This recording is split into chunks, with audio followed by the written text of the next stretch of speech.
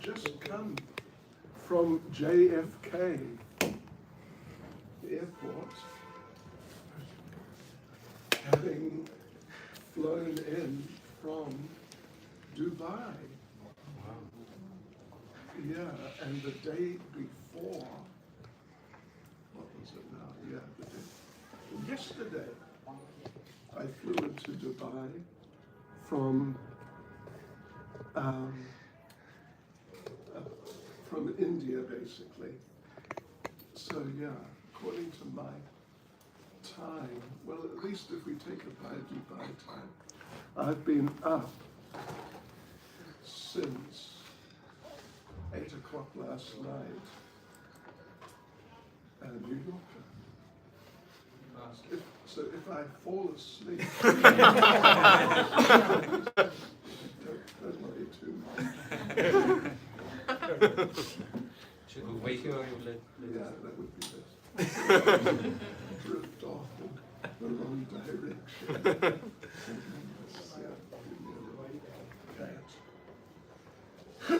Well, I thought that, as our devotee said, and was it you? No, it wasn't. You did the announcement? Right. I was also, I'm half asleep. I'm 3/4 asleep, actually. What's your name? Nityananda Chandradas. Prabhu said that the program here is sort of geared towards people who not necessarily, I mean, it's flexible, of course, but people who are not necessarily familiar with Krishna consciousness, or even may possibly just literally not know anything about Krishna consciousness. Yeah. So I thought I'd read a particular verse. It's actually a bit of a sequence of maybe half a dozen verses or something, which are explaining about, you could say, the most foundational practices in Krishna consciousness. And foundational, not in the sense that they're for beginners, actually they're for everyone. But they're also for beginners or even pre-beginners. And people are just sort of checking things out and seeing what's going on. What is Krishna consciousness? Yeah. But it's all extremely, just fully relevant, even up to a very advanced stage. I think we should put the microphone a bit closer. Turn the volume down. And turn the volume down a little bit. Bridge Don't want to start feeding back on.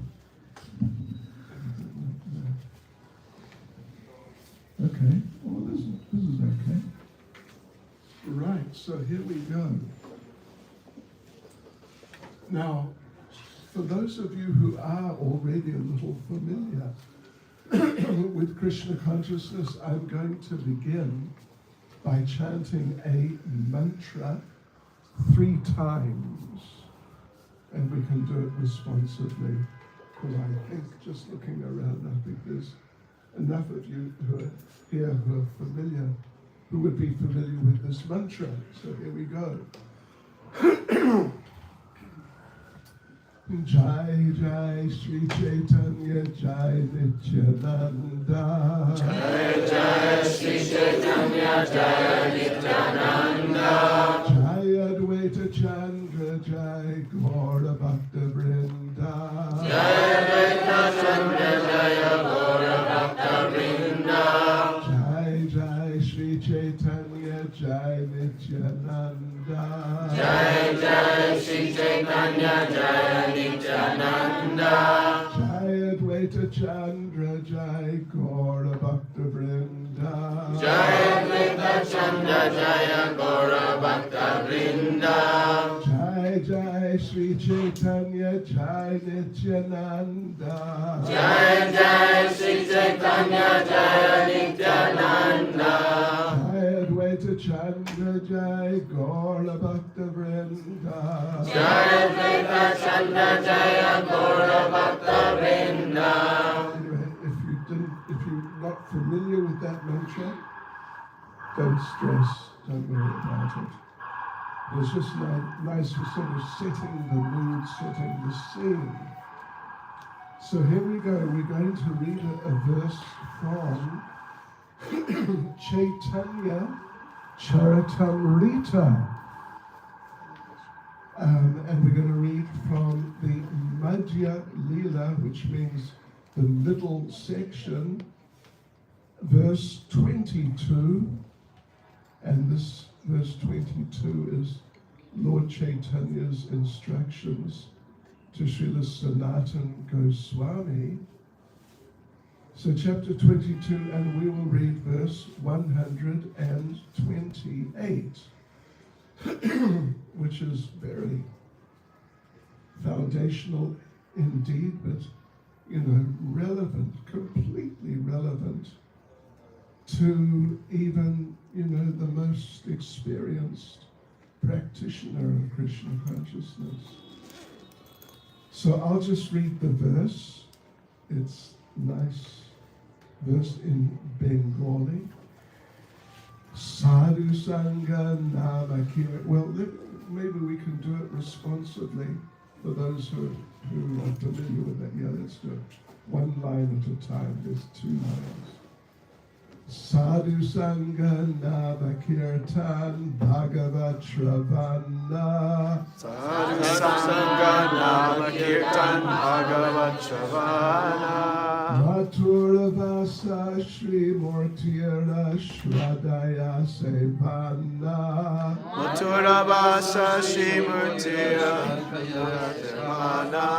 Sadhu Sangha Namakirtan Bhagavat Shravana. Sadhu Sangha Namakirtan Bhagavat Shravana. Maturavasa Shri Murtira Shradaya Sevana. Maturavasa Shri Murtira Shravana Sevana. Sadhu Sangha Namakirtan Bhagavat Shravana. Sadhu Sangha Namakirtan Bhagavat Shravana. Maturavasa Shri Murtira Shradaya Sevana. Maturavasa Shri Murtira Shradaya Sevana. Right, so I won't go through the word for word, but I'll just read the translation. One should, so what is being presented here is 5 particular activities, devotional, spiritual, transcendental activities, which, as I mentioned a couple of times already, they're very foundational and they're accessible.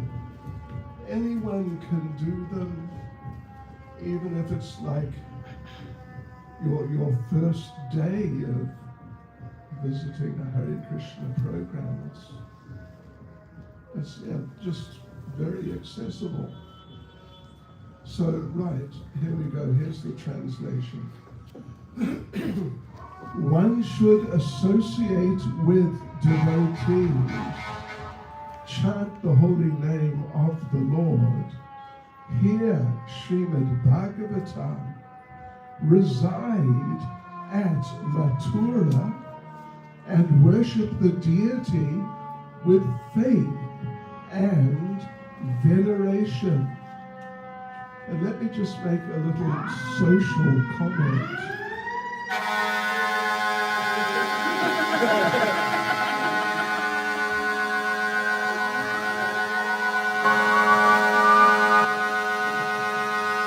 You get the message.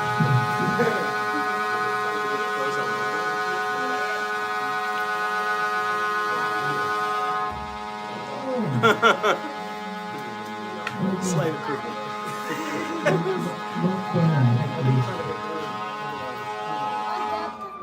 let me just inform you of one interesting little point which you might, possibly apply. I used to, back in the old days when it was possible to go to Russia, and anyway, possible to go to Russia.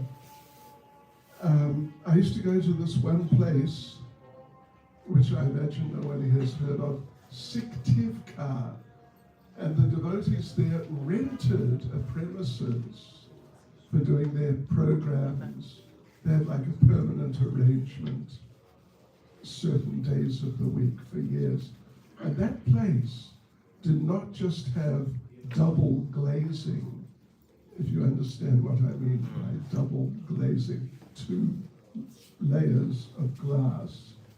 It had triple glazing, and if you put some distance between the layers, so it was like, 3 inches, one layer, the outer layer of glass, 3 inches, another layer, 3 inches, another layer.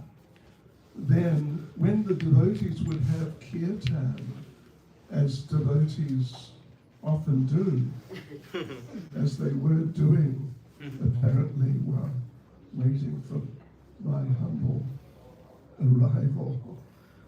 But they could have the kirtan of the year practically, and you could look in from the outside and see the devotees jumping and etc., but you wouldn't hear a thing. Nothing. Zero. Something to think about, because I think you do get some noises. Okay, let me just read through this verse again. 5 activities, 5 very important and valuable activities, spiritual activities.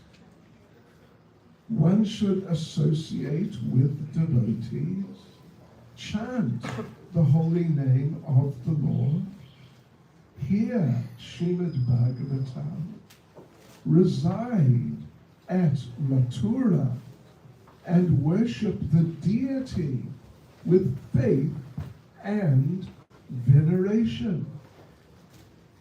So, interesting little point, Prabhupada does not give a purport for this verse, but, or because, Lord Caitanya, who's the person who's speaking the verse, he, in the next several verses, he basically gives a purport to that verse. So this is the next verse, I'll just read the translation. These 5 limbs of devotional service are the best of all. Even a slight performance of these 5 awakens love for Krishna. Love for Krishna and just love for everyone, in fact. And then what he does is, the next some few verses, he just little bit expands on the list of 5. Just a little bit, and in a different order, actually. So this is the next verse, 130. With love and full faith, one should worship the lotus feet of the deity. I don't know if you noted it, but that was the last of the 5, as they're listed in the verse itself that we're focusing on. But now he puts it, it's the same person speaking, but he puts it as the first point. And then the next verse, he talks of 2 of them. One should taste the meaning of Srimad Bhagavatam in the association of pure devotees. And one should associate with the devotees who are more advanced than oneself and who are endowed with a similar type of affection for the Lord. That's 2 points there. Hearing Srimad Bhagavatam, associating with devotees, but just elaborated on just a little bit, but very important points made there about hearing Srimad Bhagavatam and associating with devotees. And the next verse discusses also two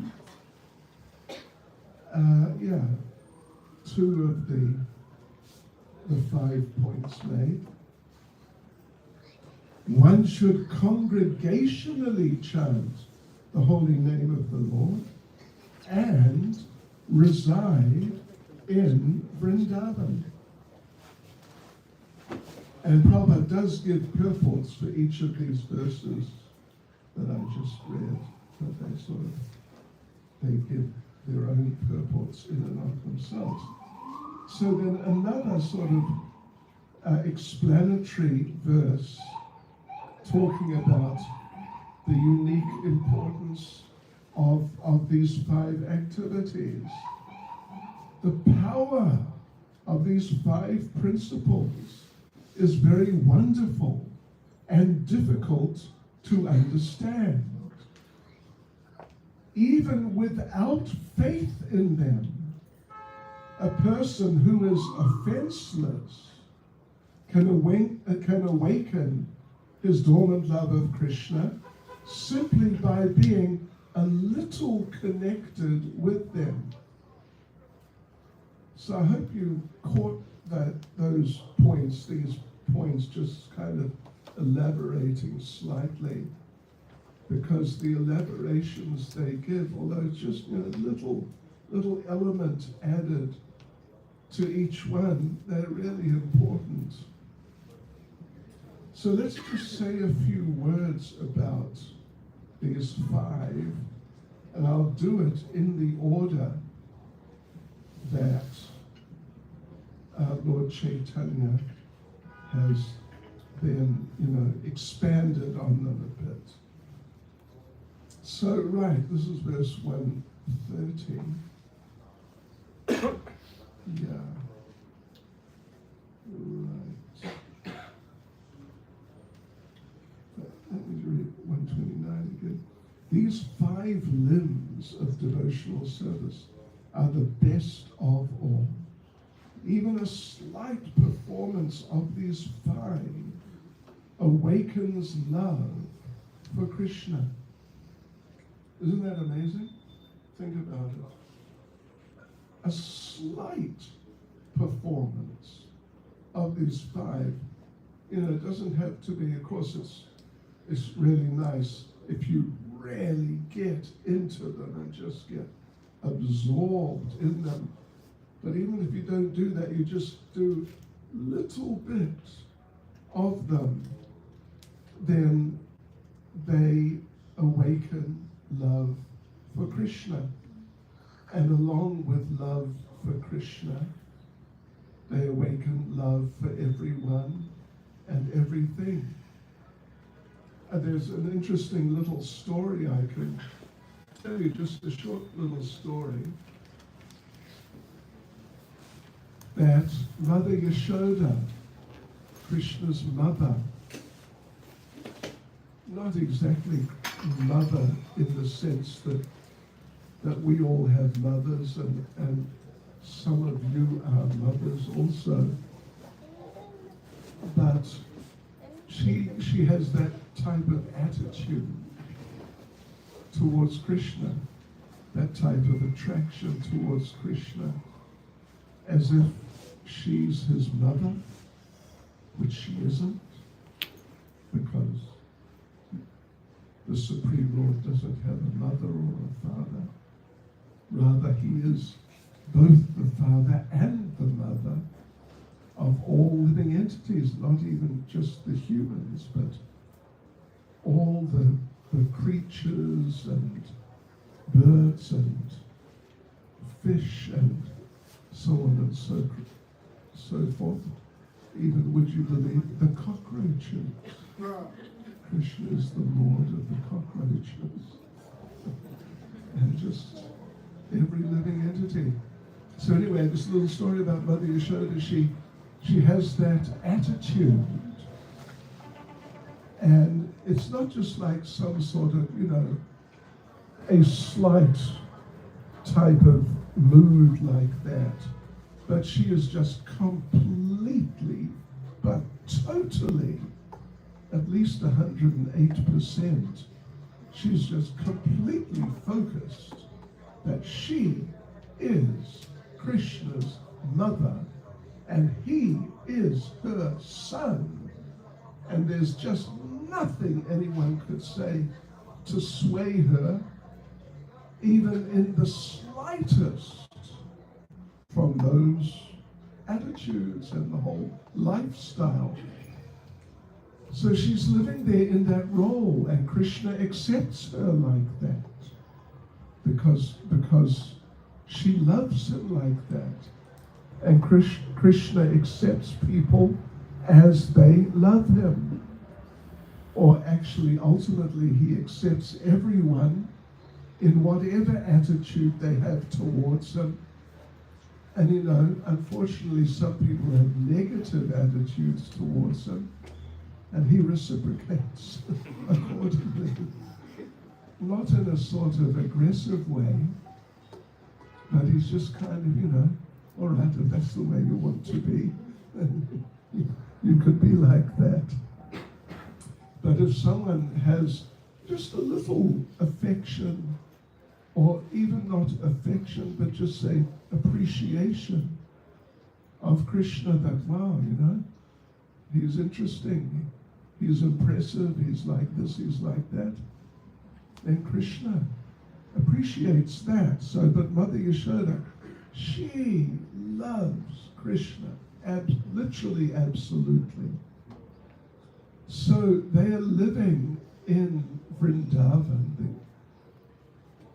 When Krishna comes here to this world, he appears in a particular place or a particular area, usually the Vrindavan area. So she's there as the mother, and every day he goes out herding the cows. Well, when he was 3, just shortly after he turned 3, he started herding the calves. Then he graduated to the cows when he was about 6. So anyway, her affection for him is just so deep, and heartfelt, absolutely. That when he goes out every day to herd the calves, or later on the cows, and she's at home carrying on with her household activities, she misses him. She misses him. Just in the extreme, she misses him. Like, I remember the first day I went to school, I was 5. I'm born and raised in New Zealand, and we begin school, or at least then, at the age of 5. So I had just turned 5. I went for my first day at school, and you know what? My poor little mother, bless her heart, she cried. And so did I, actually. Did it? Separation, yes. That's life. That's relationships. But when Krishna, when God is your child, then it's the same type of relationship, parent to child, child to parent. But it's just a lot deeper. But just really a lot deeper. So, anyway, she's missing him and missing him and missing him. But she carries on with her household duties. But then as she's cleaning around, she sees a pair of Krishna's little shoes. And of course, she's already remembering him, completely remembering him. But now she sees that pair of his shoes. And there's just like this extra flood of remembrance and affection. So she picks up the shoes and holds them to her heart and cries. Yeah. Not that she is, it's not just she likes shoes. But these are Krishna's shoes. If they were somebody else's, she'd overlook them. But these are Krishna's shoes. So in effect, see, the phenomenon which is happening is that in effect, she's seeing the shoes, but she's not exactly seeing the shoes. She's seeing Krishna. Because the shoes and Krishna are sort of inseparable, you could say. So she's seeing Krishna there, and she reacts to them not as shoes, but she reacts to them as Krishna. Yeah, this is interesting point to consider. Yeah, so as I just read, just a little performance of these activities, even a slight performance of these 5 awakens love for Krishna. Right, so then the first one, at least as Lord Caitanya expands on them a bit, is that with love and full faith, one should worship the lotus feet of the deity. And anyone who doesn't know what is meant by the deity, just look out the window. Isn't that amazing? It's just great. Extremely thoughtful, actually, to do like that. And there they are. Shishi Radha Govinda. Isn't it incredible? Wow. So beautiful. And just interesting little point, when someone like just an outright materialist, unfortunately, there's quite a few of them around. Occasionally an outright materialist walks into this temple room just down beneath us, and every now and then someone who's just really a staunch materialist comes, and they see the deities just like now, they're dressed up and ornaments and etc., garments, and wow. And the people think, why do they do this with these statues? What's going on? That's life, People think in different ways. And devotees or people who are kind of like, devotees, or they have interest in Krishna consciousness, they see the deities and they don't feel like that usually. But if they're like in the very, very early stages, they may just feel, yeah, okay, looks nice. But then after some time, after someone has been practicing Krishna consciousness for some years, for example, and people then they see the deities, then it's really, can even be an overwhelming experience. There's a letter of Srila Prabhupada's to Yamuna. Some of you would have heard of Yamuna. Devi Dasi, unfortunately, she passed away a few years ago. But Yamuna, one of the very first devotees from, must have been the late 60s, mid to late, in America. So she wrote a letter. Prabhupada responds to a letter in which she has presented some questions. We don't see her letter, but we see Prabhupada's response. So we get, it's pretty clear what she was asking about. Prabhupada, she was head pujari in London, Bhaktivedanta Manor at the time.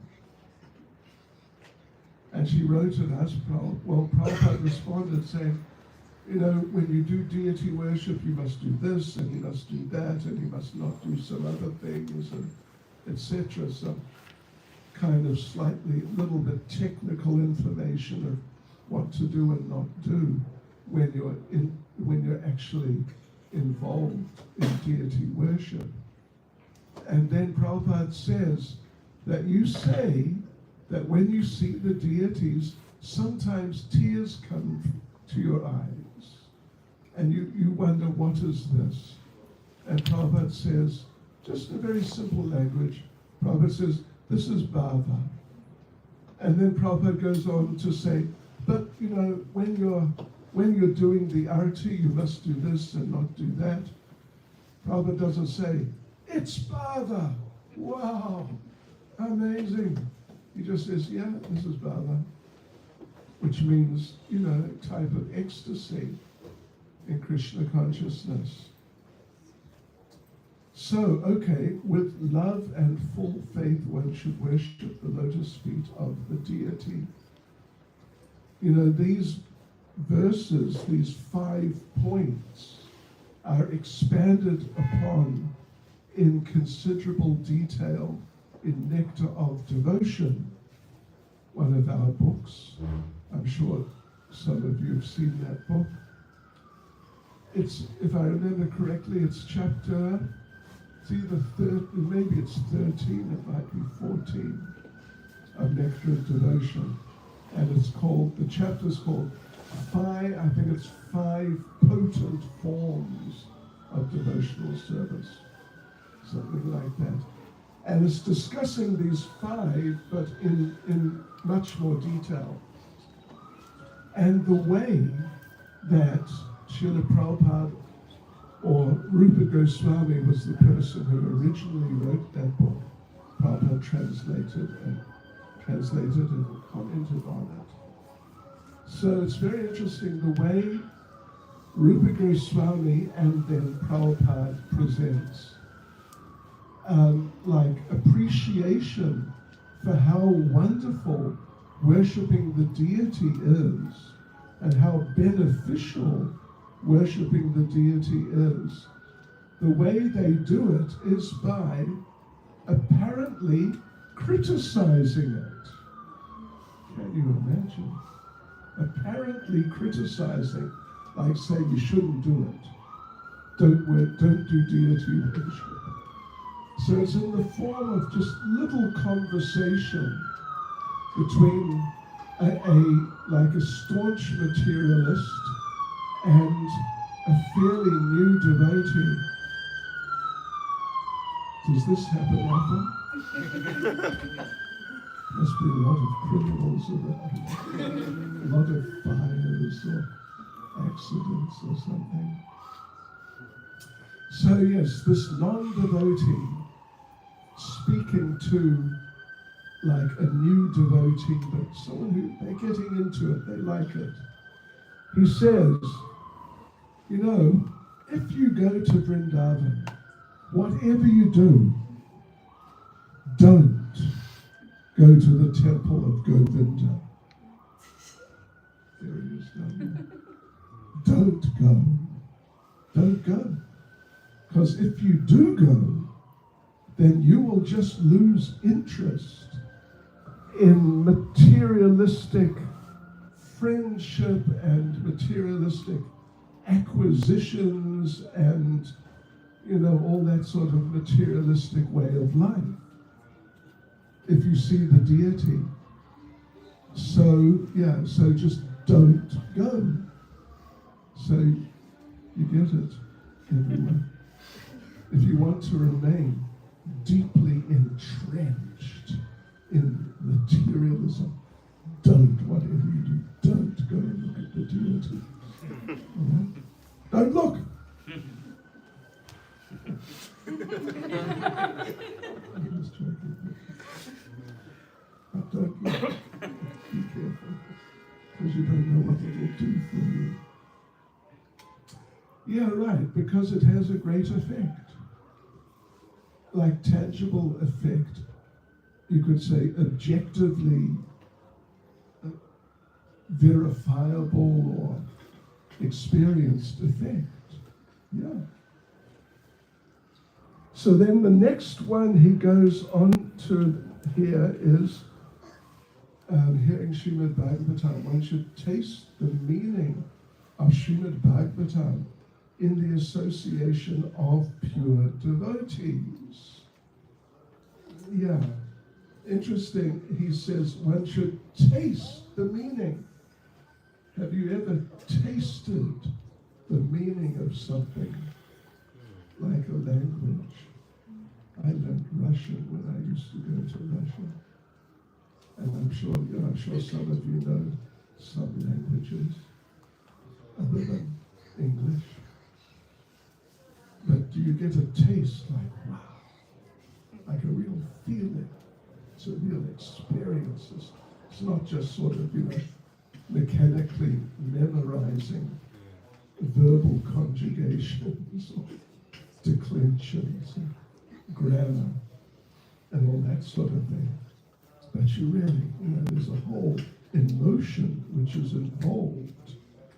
But one should taste the meaning of Srimad Bhagavatam in the association of pure devotees.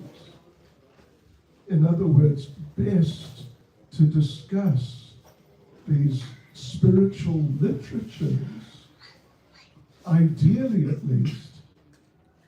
I mean, the ideal is not always, possible to do, but at least ideally, as much as you're able, you should discuss these things with other practitioners, and then the whole experience will be much deeper.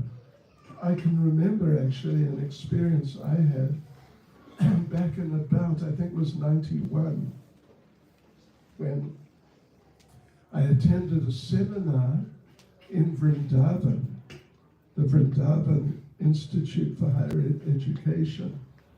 I attended a seminar on Nectar of Devotion.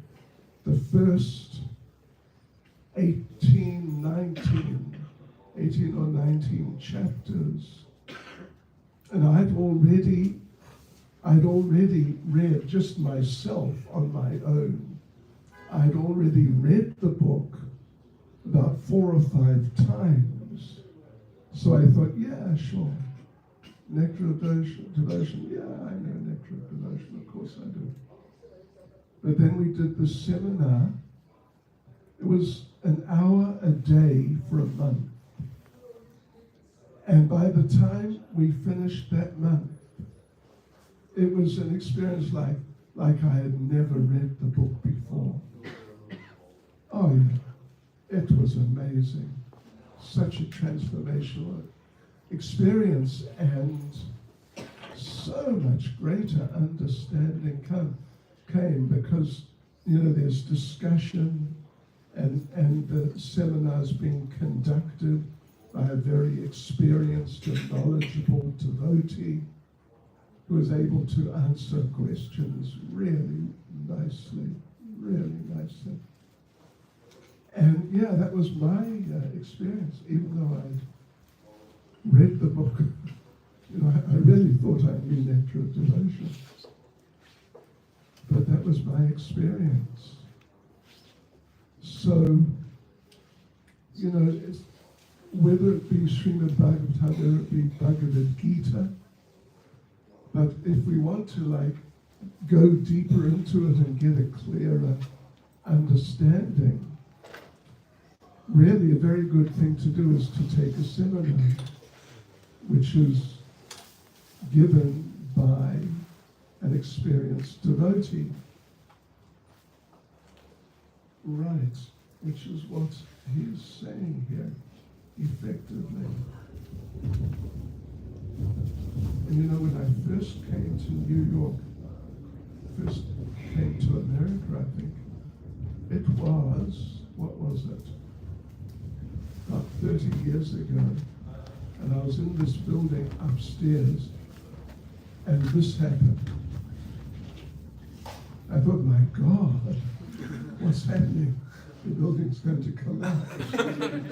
Because in London, we also had there's the underground railway system, and it's not as big, I think, as New York's, but it's big. But when the trains go under the buildings don't shake. You don't hear anything. I hope I'm not insulting New York. So, right, that's a point about Srimad Bhagavatam. And, again, the way in Nectar of Devotion, this particular point is elaborated upon, is very interesting. It's not exactly a criticism. Maybe it's a type of criticism, but it's not like a blatant criticism like in regards to deity worship. But it's some person who's not so much into Krishna consciousness, but he knows something, speaking to someone who is fond of reading Srimad Bhagavatam. And so the person speaking says, I can tell, you have been reading Srimad Bhagavatam, haven't you? Haven't you? And when I read that or heard that discussed the first time, the picture that came into my mind was of someone who is drunk. Someone who's drunk. But if you've had much experience with drunk people, maybe a lot of you wouldn't have had. Fortunately or unfortunately, I've had a lot of experience with such people. So sometimes someone who's drunk and sort of staggering around, you say to him, have you been drinking? He'll say, no. What do you say? You've been drinking. No, I haven't been drinking. So that's what this fellow is saying, basically. I can tell. I can see you have been reading Srimad Bhagavatam. Now, how can he tell? Because there are certain symptoms, as when a person is drunk or has been smoking some marijuana or taking something. There are symptoms. And someone who's a little experienced, a little knowledgeable can just tell, what is going on here. So when a person reads Srimad Bhagavatam, or for that matter, real spiritual literature, then it, like worship of the deity, it has a tangible impact on oneself, one's consciousness, one's attitudes, one's perceptions in life, of life, really affects these things. I remember, the first time I met devotees, I am an old man, as you can see. I remember I used to be giving class in London when I was 21. I was the youngest person in the room. A whole lot of people now all older than me. Now, usually, I look around at the audience and I say, yeah, I'm the oldest person, but I'm not today. Yeah, there's a couple of people older. Okay. So, but I remember the first time I met or saw devotees was 1972 in Auckland, New Zealand. I was at university, in Auckland University, and I was walking along through the university, and I heard this sound like little bells ringing, little tinkling of bells. That's what I thought, coming from my right. So I looked over, and there, just by the devotee with the blue t-shirt, There? Yes, that's you. That's right. Or maybe a little further away, but like 15 meters away, or not more than 20, was Srila Prabhupada himself. Yeah. He was the first devotee I saw, actually. Although I had heard the mantra before, because it was top of the pops. Oh yeah. I think it was late 69, or maybe early 1970. Something like that. And at the time, I was a major top of the pops fan. Yeah, we've been around on the way. So I'd heard the Hare Krishna mantra, and all my friends, it was number one. It was number one. Everyone heard, all the young people heard it. So we all knew about something, the Hare Krishna mantra, but we didn't know what it is and what to do about it. So there I saw Srila Prabhupada, and I'm talking about the effect, the tangible effect of, particularly in this case, of hearing Srimad Bhagavatam. So, yeah, and it's a little bit of a long story, but there was Prabhupada walking almost directly towards me with two young ladies, like I'd say probably early 20s, one on either side, each with a basket of red rose petals, dancing very gracefully, really beautiful scene, and throwing the rose petals in front of Prabhupada's feet as he walked through the university. And I had never seen anything like that done before with anyone, not even with the Beatles, or what to speak of the Prime Minister or the President or whoever, that sort of person. I just never seen anything like that before. And the spontaneous sort of just blip which came into my head from I don't know where was this thought just came, this must be like heaven. It was just such a beautiful scene. Prabhupada walking like this, sort of gliding, cruising through, and these girls just dancing very rhythmically and nicely and throwing the rose petals. Wow, this must be like heaven, which is true. But then what happened after that was, and it was very tangible experience, my gosh. In Auckland, the university is just up from the main street.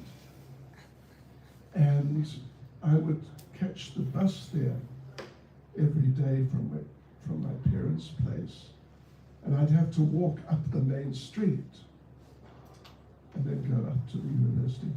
So as I was walking up, starting from just after that experience, I would see the people running around and doing this and deciding that and trying to just do whatever they're doing in very materialistic ways. And it was such an experience of like, what are these people doing? What are they doing to themselves? Wow. And a feeling of sort of pity even, or something like that. They're wasting their time. And I'd never really thought like that before. I mean, to some degree, but not like this. And I take it that was on the basis, that was happening on the basis of hearing Srimad Bhagavatam in the Association of Pure Devotees, in Prabhupada's association. And then one should associate with the devotees who are more advanced than oneself and who are endowed with a similar type of affection for the Lord. Well, it's not that we should only associate with devotees who are more advanced than us. We should associate with any nice devotees. Yeah, sure. But particularly beneficial to associate with devotees who are more advanced, obviously. Yeah, you can learn a lot. In a day, just in an hour of such association, you can really learn a lot. So it's good to associate with devotees who are more advanced than oneself. There are 3 categories or levels of devotees in relation to ourselves. If you get that idea. Not just in a sort of, a broad sense, but specifically in relation to you. There are those who are junior to you. There are those who are more or less on the same level, give or take. And then those who are more advanced than you. And someone who may be more advanced than you may be junior or will be junior to someone else who is more advanced. So it's all like, relative to one's own position. But yeah, particularly to associate with devotees who are more advanced than ourselves. And second point, who are endowed with a similar type of affection for the Lord. Prabhupada taught us how to practice Krishna consciousness. We who, coming from sort of nowhere, spiritually, even with respect and affection for those coming from Hindu backgrounds, but Prabhupada and Krishna consciousness and the ideas of Krishna consciousness or Krishna just in Hinduism in general, they're sort of worlds apart actually. Yeah, so we should associate with devotees who are more advanced and who have the same type of ideas of what is Krishna consciousness, how to practice it, what to do, what not to do, like Prabhupada presented. And let's see, what's the next? Oh yeah. One should congregationally chant the holy name of the Lord. Well, in many types of activities, it's better, or it's nicer, the experience is nicer to do those activities with others than on your own. Now, I know that here in America, we're in America, aren't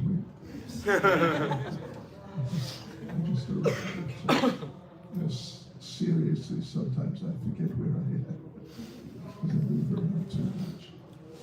But anyway, in America, you don't play so much cricket, do you? Not a lot. Baseball. Rugby. Baseball. Baseball, that's what I was thinking. So you can play baseball with yourself. You throw the ball in the air, grab the bat, and hit the ball. And that's, you're playing, sort of playing baseball. A one-man baseball game. Anyway, you can do that, and cricket too. You can throw the ball in the air and hit it with the bat. Rugby or, American, what do you call it, football, do you call it? Yeah, I watched, not a match, but I like about 10 or 15 minutes of I think the last, the major competition, what do they call it? Super Bowl. Super Bowl. And don't ask me what was going on, because I couldn't figure it out. But I figured it out a bit. And at the end, one guy, oh, the ball, wow, really long. And the fellow, his man, way up the front, was already over the line, the scoring line, and he caught the ball, and that was it. And they won the game. And I thought, if that was rugby, he would have been offside. He would have been penalized. But anyway, you can play these games on your own. Yeah. Sort of. You can play tennis.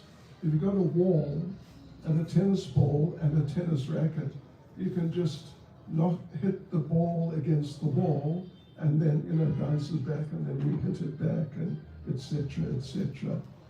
And you're sort of playing a one-man tennis match. Or table tennis. I used to do the same thing with table tennis. But it's much more fun and interesting and exciting to do these games with groups of people. Am I right? Are you a cricket player? Yes. No. I was a cricket player. Anyway, okay. Yeah. So Krishna consciousness, I'm not encouraging that you should get into these games, because they're a little silly actually, some of them. Golf, I used to play golf also. Golf means you hit this little ball, small ball, around long distances, like 200, 300, 400 meters, and you hit it into the hole, and then you take it out of the hole, and then you hit it again. It's a bit silly. It's good exercise though. Some sport is good exercise. So, but anyway, the thing is this, my point is this. Sorry if I diverged a bit there, but Krishna consciousness is more fun. It's more exciting. It's more interesting. And it's more enlightening when you do it with others. Yeah. When you do it with others. So there's another verse spoken by Lord Caitanya elsewhere. Sadhu Sangha, Sadhu Sadhu, Sadhu Sangha, Sarva Shastra Koi, Lava Matra Sadhu Sangha, Sarva Siddhi. That a moment, just a moment's association, means like a split second, association with a great devotee. All the scriptures say that just that little, extremely brief, like split second association with a great devotee can give you all perfection. Yeah. Right. And we're almost there. Devotees and friends. Yeah. I will go on for approximately 5 more minutes. So bear with me. Where were we? Yeah, congregationally chanting. And then last is, one should reside in Vrindavan or Mathura. Vrindavan or Mathura. In the verse it says Mathura. In the elaboration it says Vrindavan, which is sort of 6 of one or half a dozen of another, really. So does that mean, well, these are places in India, very important sacred places in India, very famous. And today is Sunday, isn't it? In Vrindavan today, there would have been thousands of people. So many people, it's not really worth going there. It's just too crowded. Gee. Yeah, so it's not that you have to go and actually geographically go there, move there, uproot yourself from wherever you're living and the life you're leading, and actually go and live there somehow, get a house or a flat or something, and live there, and that you need to do that, otherwise you will not be complying with what is being stated here or advised here. The thing is, what we should do is we should spiritualize our residence.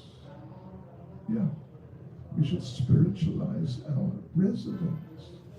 If you have a house, if you have a flat, it's fine. Whatever you've got, but you should spiritualize it as much as you can. Like, for example, we haven't done it here yet, but I'm sure they're going to in due course, is get some nice pictures and put them up on the wall. I mean, they just, started using this place together yet. But I'm sure they'll do it in due course. And that's great. It contributes to the atmosphere.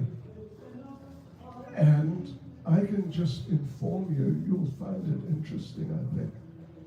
I can inform you of one family I know in South Africa, where I'm based now, and I have been based for getting on for 45 years. And this is a family of devotees. The parents are grandparents now. And their children, they're initiated devotees, their children are. And the grandchildren, anyway, they're nice children. So in their house, their living room, like their lounge, their living room, it's not as big as this room, but I'd say it's half the size, or something like that. It's about half the size. And devotees and friends, consider this. They collect our calendars, which, they're kind of biggish size, a month, a page, and each page has a picture of Krishna, or Balaram, or Lord Caitanya, or Radharani, or Radha and Krishna. These nice pictures. They've been collecting them for about the last, getting on for 50 years. They got a lot of pictures. You know what they do with the pictures? They just stick them on the walls, without frames, just straight onto the wall, like with sellotape or something. So, devotees and friends, listen to this. You cannot see the walls, the actual wall, because the pictures are completely covering the walls from the floor to the ceiling. You cannot see the walls. And believe it or not, you cannot see the ceiling either. It's completely, totally covered with pictures of Krishna. It is, I would say, the most Krishna conscious room I've ever been in. And it's really quite an amazing experience to go in there. Very conducive atmosphere for meditation and focusing spiritually. So, you could do that yourself, actually. But at least do something. Put up some nice pictures and make a nice atmosphere. It's better than, putting up pictures of the usual things, a bowl of flowers, or a mountain with a lake. You know what I mean? The usual things people put up. Or if you're from a Hindu background, Shahrukh Bai. If you know what I mean. Or what's the name? Aishwarya and Abhishek. Yeah. With that sort of picture.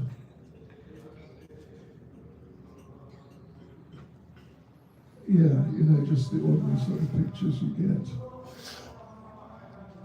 But try and make your place of residence a spiritual place. So when you come home from working or studying, whatever you're doing, then you come in and you feel, right, this is nice. This is home. Home is where the heart is. And my heart is really here. So it's good to do like that. We recommend it strongly. And in the evening, 1 minute. Hey, cool, 1 minute. In the evening, instead of watching TV and all that, have a Krishna conscious program at home. Why not? Pretty simple. And it's a lot nicer. I mean, once you get used to doing it, you have to get into it a bit. But once you get into it a bit, it's really nice to do. Rather than just watch TV. As they call it, the idiot box. That's an old term from England. It's not from the devotees. It's just from the people. They call it the idiot box. So, yes, sir. I kind of do the same thing, but I put pictures on my phone, like wallpapers, and That's I just good. open my phone and I just, every time just seeing it, it's like I'm attracting that energy to me. Sure. I do the same thing. So I'm gonna take your advice. I'm gonna like put some picture around my house. Sure. Great. Excellent. That's good because, generally people work or they're at university or something. So you can't be in your place all the time unless you're working from home. So yeah, to have something like that so you can just have it there. That's great. Especially when I'm going through like a spiritual journey, like I'm going through like the rising phoenix journey. So I put it as my background. So every time I see it, it kind of like telling me, align yourself with this path. Excellent. That's just really great. I am now going to include that. I'm practicing alchemy, and I'm also trying to let go of my ego, my pride, and especially because of the environment I live, which is a hood, and I'm trying to. I just went to an experience where I was like, maybe I need to align myself with my ego, but I just went to a very bad experience where my ego didn't take me nowhere. So, and as of lately, it's been so hard to control that ego, and I've been trying to find like you said, people with consciousness, with higher consciousness I can talk to. Yeah, sure. But that's what allowed me to this place. I met High Priest Ryan and Wrong way, you never I see, okay. while going to a spiritual journey. Right, great. And I'm trying to find the devotees, like you said, with higher consciousness that I can talk to and learn from. You are on the right path. You definitely are. And I'm going to take the one thing you said about having pictures on your phone and include it when the next time I talk about this subject. Try. Along with the pictures on the wall. That's good, because I do it myself. I can tell you rich consciousness, like you remember things from childhood. That's impressive. See this? This is probably this is my telephone. Try. Can you see that? Anyway, yeah, he's there. there's others. Okay, thank you. Any other? Yeah. Oops. Sorry. Okay. That's all. The boss has spoken. So thank you all very much for coming here. We'll have a very short kirtan, and then you can all come down to the lotus room, downstairs, and we'll serve a whole feast to you, nicely cooked by the devotees with love and devotion. But just stretch yourself out, get yourself stand up. Everyone stand up. We'll have just a little short kirtan. Thank you.